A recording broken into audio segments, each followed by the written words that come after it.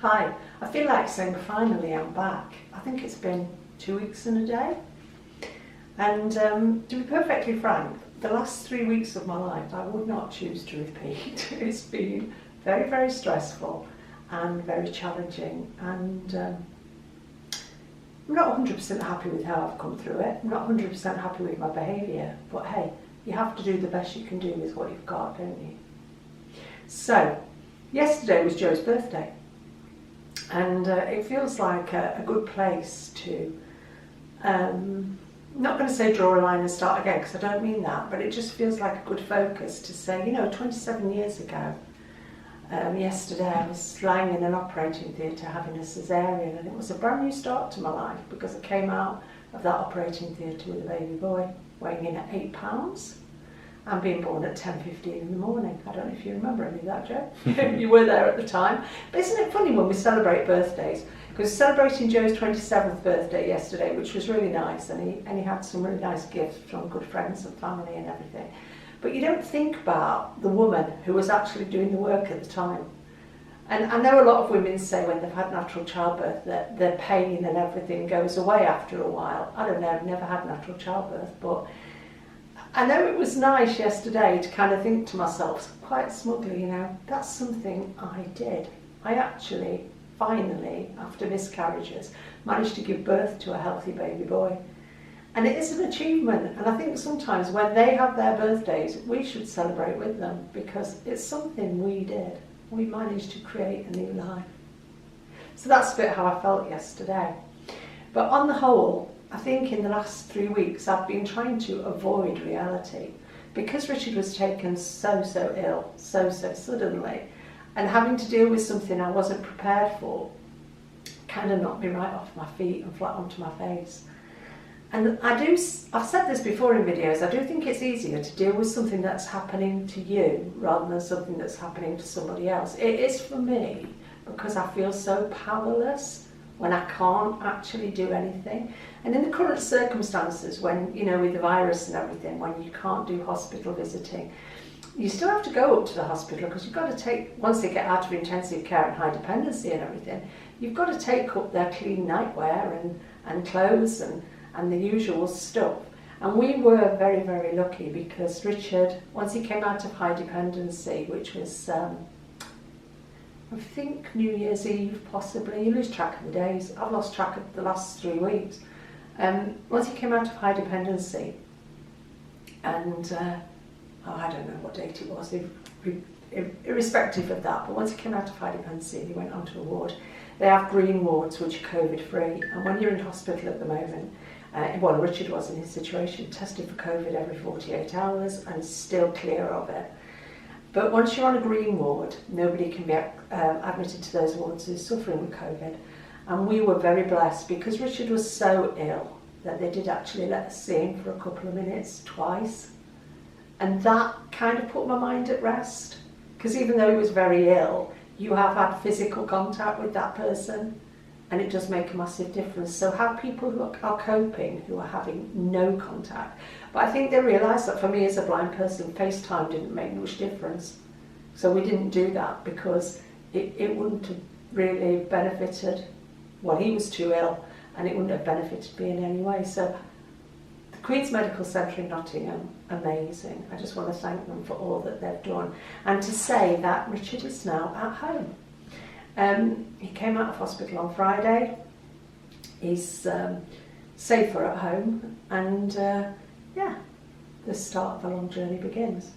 But coping with somebody being that poorly, that suddenly, just kind of took me right back to the person I used to behave like, not the person I am like wanting to be on a daily basis, but the person who knew how to cope by overeating at times and not eating at other times, and being so busy with so many things that I just was like, food quite often went out of the window. I can honestly say through the whole 3 weeks I've never been hungry, and that wasn't because I was continuously overeating. It was just because I switched off as far as food was concerned, and I was just eating in the evenings or something. I just had no interest in cooking a meal, putting a meal on a plate. When I did, I picked at it or I left most of it.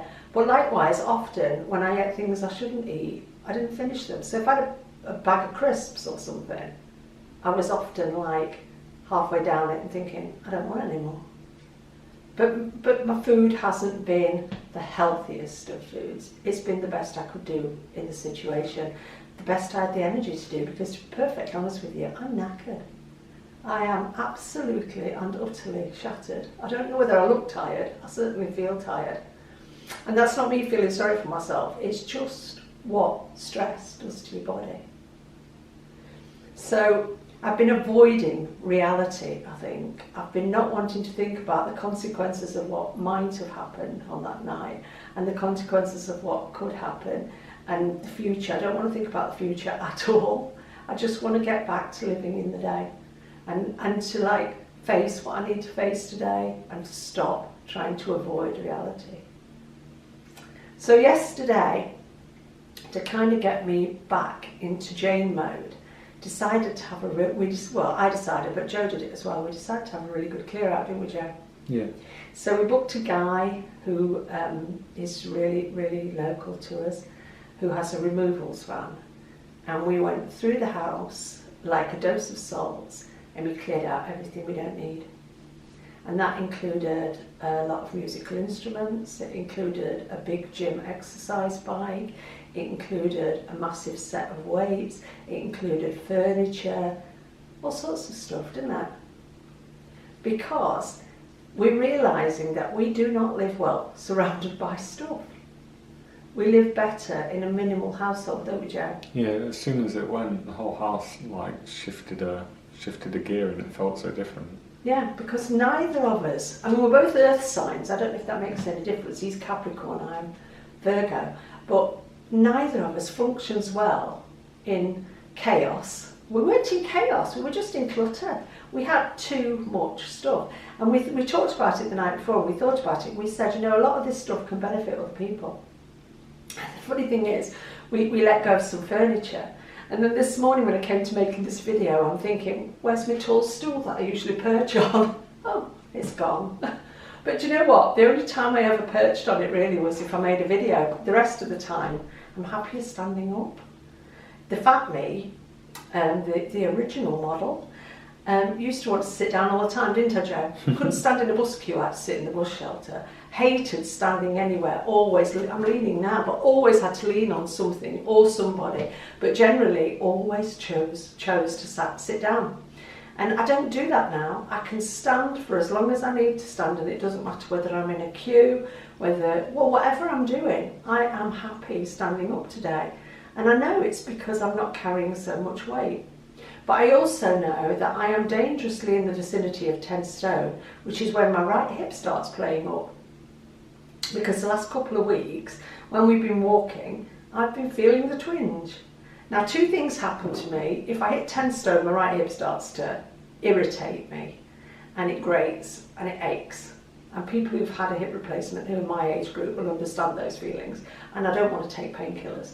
So that's hitting 10 stone does that to me. If I hit 10.5 stone, the bottom of my back will go. And it's really funny because, you know, from the age of like being in my late 20s probably to being in my 50s when I started the big weight loss journey, I always had a bad back, the bottom of my back. And it was almost like sciatica, but I don't think it really was. And I used to go to the doctors and I'd say to them, I don't understand, it must be my job, because at that time I was a typist. And I used to sit at a desk all day doing this, copy typing from my right hand side, so I'd be slightly twisted doing that all day at 90 words a minute. And by the end of the day, I'd get out of my chair, and we had proper chairs because I worked for a good company, but I got out of my chair and the bottom of my back was like, I can't stand up straight, I've been leaning and twisting all day. And I used to go to the doctors and they used to say, it's my job, it's my job. And he used to say, it's not, it's your weight. And my doctor was a straight talking guy, Dr. McCulloch his name was, Ian McCulloch, lovely man, but he called a spade a spade. He had bedside manner, but it was quite abrupt. He didn't soft soap you, and he didn't give you a sick note unless you were really sick, and I wasn't. Right, so I'd go to the doctor and I said, it's my job, it's bending, it's twisting, it's sitting at a strange angle, it's typing for 7 hours a day, blah, blah. No, it's not, Jane, it's your weight. And I never really believed him. I still thought, no, every time a woman goes to the doctor will say, get on scales, it's your weight. Guys go to the doctors, and I've talked to my men friends about this, they never have to get weighed. The doctor never says to them it's your weight. With women, it's either your weight or your hormones, isn't it? I can't blame my hormones now because I'm 10 years past menopause. So I can't blame that, and I don't want to blame my weight. But I know that today, Dr. Ian McCulloch was right, because the minute I hit 10 stone, my hip aches. The minute I hit 10.5 stone, my back goes. It's my weight. So where am I at today weight-wise? Well, Joe's got my book. Can you put it in front of the camera, Dan? Yeah, sure, I've just got to go to the right page. Yeah. When I weighed in on Christmas Eve, it's down as Christmas Day, but I weighed in on Christmas Eve, I was 10 stone and half a pound, so that was the last weight I gave on the previous video. When I weighed in on New Year's Eve, I was 10 stone, 2.5 pounds. My behaviour wasn't any worse, I think it was just starting to catch up with me. When I weighed in on Friday, which was the 8th? Yeah, 8th of January, I was back to 10 stone and half a pound. I don't know where I'm at today because I haven't been on the scales and I'm due to weigh in on Friday coming. So I weighed on Friday exactly what I weighed a fortnight before, having gone up 2 pounds in the middle and then back down again. In that week, I did get back into the 9s. I was 9.13.5 one day, I was 9.13 another day, and then it went back over the 10. I need to actually, take responsibility for myself and get my bottom back in gear. Because what I'm doing at the moment is avoiding these issues and thinking, oh, it's okay. I'm not putting on a dramatic amount of weight. I can hover around this weight. But the truth is, I don't actually feel good at this weight. I'm not living my most authentic life. I'm not being my best self. And I can feel it. I can feel every gram of it, and I don't like it.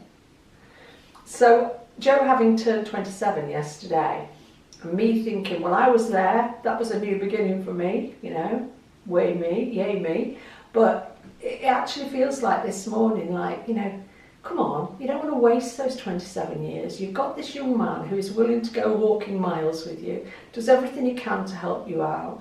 He could just bugger off out with his mates and say, sod you, mother, I'm not going to take you for an hour and a half's walk this morning.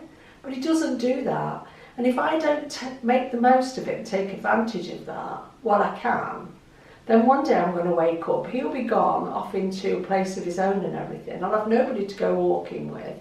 And then, I'm going to have to come up with a new strategy of how to keep the weight off, because the combination of exercise to keep me supple, I don't believe walking for an hour and a half a day does a lot for my weight, because I don't believe I burn that many calories.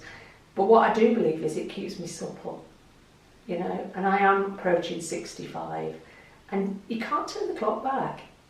You can turn the weight down, or you can turn the weight up, but you can't turn the clock back. And I just feel like it's time to just get back to life, back to reality. Isn't that a song? Yeah. I'm not going to sing to you, but back to life, back to reality. So that's where I'm at today. I'm getting back to reality. Richard's safe. I shouldn't be worrying about him now. He's doing okay, and he's a very independent man. So yeah, come on, Richard, keep going. So the last thing I want to share with you on this video is a bit of what I got for Christmas. I'm a very practical person when it comes to gifts. And this year, because of the virus situation and everything, lots of us were just exchanging gift vouchers and buying each other things on Amazon. So friends bought me presents from Amazon and had them delivered. One of my friends bought me a Shark vacuum cleaner, and it was just delivered direct, which is a great way of social distancing.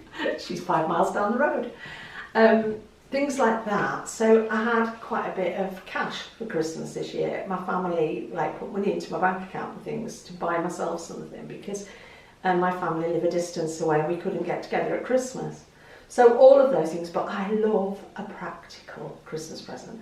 So my 4 main Christmas presents this year were the Shark vacuum cleaner, which I love. It's heavy, but I love it. I didn't go for a cordless one because I've had 2 cordless G-Tech vacuum cleaners.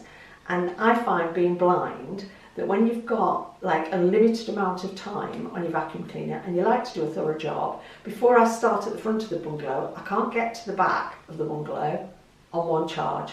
So what did I do then? Oh, I'll have an extra battery, another 80 quid. And then I'd forget to charge up the extra battery. And oh, it was just a nightmare. But my second G-Tech died a death 3 days before Christmas. That's when my friend stepped in and said, I'll buy you a vacuum cleaner, what kind would you like? You can have any you like. And I took recommendations from other friends and the majority of people said Shark. So that's the way I went. My second practical Christmas present was a Brabantia bin, which we call La Isla Bonita. Don't know why. Because we can't ever remember Brabantia, I think it is, isn't it? Yeah, So La Bonita. La Bonita we call her. So we got her, she's down there. So that was my second practical Christmas present. And then on my previous video, somebody had noticed one of my practical Christmas presents, which was the kettle. And this KitchenAid. And I'm admitting to being a copycat because my mum has this kettle and the toaster I'm going to show you. And she's had them for the best part of a year. She's got them in like a pale avocado green. And I must admit, when she bought them, I was like, how much? And she's, will you go on the internet, will you go on KitchenAid and will you order me this artisan kettle and this artisan toaster? And yeah, I'll put the money in your bank, she said. And I went, how much? And I said to Jo at the time, for goodness sake, that's ridiculous. But then we went over to her house when it was my birthday in September, didn't we, when the restrictions were lessened. And we saw the kettle and the toaster and we were both like, they are nice. So when it came to Christmas and people were putting money in my bank account instead of sending me presents, I said to Jo, let's push the boat out. Let's have a kettle and a toaster. Because we'd had a water boiler before and it was getting old. So we did, and the kettle came just before Christmas and the toaster came just after Christmas. So I'm not doing it like a review, as in KitchenAid have not asked me to review this product. I bought it with my own Christmas money, both products with my own Christmas money. But I do want to share them with you because they're a dream to use. I mean, I don't know why a kettle wouldn't be a dream, it boils water, doesn't it? The kettle, at the back here, under that, I think it reminds me of a teapot, you know, with the handle being there. I think it looks a bit like a teapot. At the back here, there's a see-through gauge for how much water you've got, which is about as much use to me as a chocolate fire guard, but hey ho, Jo can use it. On the front here is a slide bar. The further you slide it back, it goes down to 50 degrees. At the front, it's 100 degrees. We have it set at 80, which is more or less ideal for making coffee. So if we make coffee in our Nespresso machine, and then Jo would top up an Americano from the kettle. And it's lovely to use, isn't it, Jo? And I like the fact that it pings. And it boils really quickly, which is nice. And it's a double wall kettle, so if you go back within 20 minutes to make yourself another drink, it's still hot. It really does hold its temperature. I'll turn it off because you don't want the noise a bit boring. But I like the way it pings when you put it on, and it pings when you turn it, when it's finished. Ours is in cast iron black, which is like a matte black. I say Mum's got like a pale avocado green, but they do men at every colour, you know, bright red, blue, all sorts of colours. And it's artisan. Right, the toaster, which I just have to, I've lost my toaster. Right, have you got that in shot, Jo? Yep.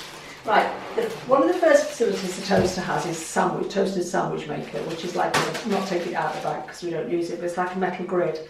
And you make your toasted sandwich in the normal way where you butter the outside of the bread and put your sandwich together, put it in the grid, drop it in the toaster. I think it's pretty mean of them. At the price this toaster is, I think it should give you 2. But that's only my opinion.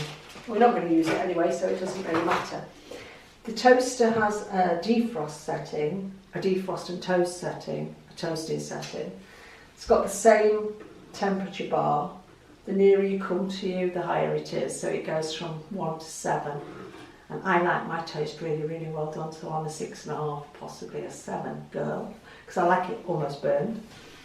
It's only got 2 slots, which a lot of people said they thought it should have 4, but we never do that much toast. I mean, I have 1 slice usually with my porridge.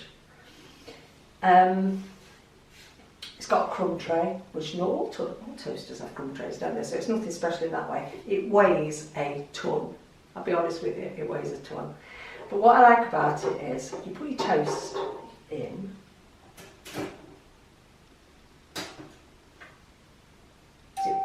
it pings. So I know it's gone down. It goes down like an elevator. And it starts to toast. People are probably going to go, I've looked at the price of that and you are stupid paying that much for a toaster. You're entitled to that opinion. But it works for me. I like the way that when it's toasted, it'll ping when it comes back up. So if I'm washing up at the sink or making a drink or something, because I can't see it come up when it's toasted, I actually know it's come up because it pings. Then if I don't remove my toast within, I think it's 45 seconds, it actually goes into a keep warm setting and puts it down again. But it doesn't toast it any further, it just keeps it warm. So if you're a sort of person who likes 2 slices of toast, you can take your first slice out when it pops up, but your second slice can be left in there to stay warm. And one of the nicest things on it, which I haven't used yet but I will, it's got a bagel toaster. I remember when I was in America thinking, how do they do this with bagels? The outside was like warm, like the bagel had just been baked, but the cut side was toasted. And I thought, why don't I do that? Put bagels under the grill, toast the cut side, but it doesn't warm the outside. Toast the outside, and then I didn't like it because it made them tough. But this actually has a bagel toaster. So that'll be getting used because I do like bagels sometimes. And yeah, so that, to all intents and purposes, was my 4 practical Christmas presents. We did have a good Christmas. It was very different with Richard being seriously ill in hospital and all that sort of thing. But it didn't stop us remembering what it was really about. It didn't stop us having a good meal together. It didn't stop us thinking about other people and the difficult times that a lot of people are having because they can't share time together. But you just have to move on. And I didn't do a lot for New Year because I'm not a great one for New Year's resolutions. Joe and I believe that time is just a continuum. So if it actually the year turns at midnight on the 31st of December, nothing stops and restarts. Time is just a continuum. So we actually, did you stay up till midnight on New Year's Eve? No. I kind of did because Nottingham had a firework display that started at 10 to 12, went on till 12:30, and then another one started, and I think it was 1:30 when the fireworks finished. And because we live quite high above the city, yeah, but it was beautiful. It was certainly noisy. I think I've got this on high, Joe. It'll probably pop up and be just as burnt. There it goes, pings and pops up. And then if I don't take it out, it'll go back down and stay warm. But I'm going to take it out because I don't need it to do that. Yeah, so that's where I'm at. Friday, I was back to 10 stone and half a pound. Today, well, I didn't get on the scales when I got up this morning, but I had to guess, I think I've possibly got up a bit this week. But the only person who can change that is me. And I have to take responsibility and own it, don't I? And that's what I'm doing, not making excuses. So we'll be back, hopefully in a week, unless something changes dramatically. And we hope you're all well and staying safe. Catch up with you soon. Bye.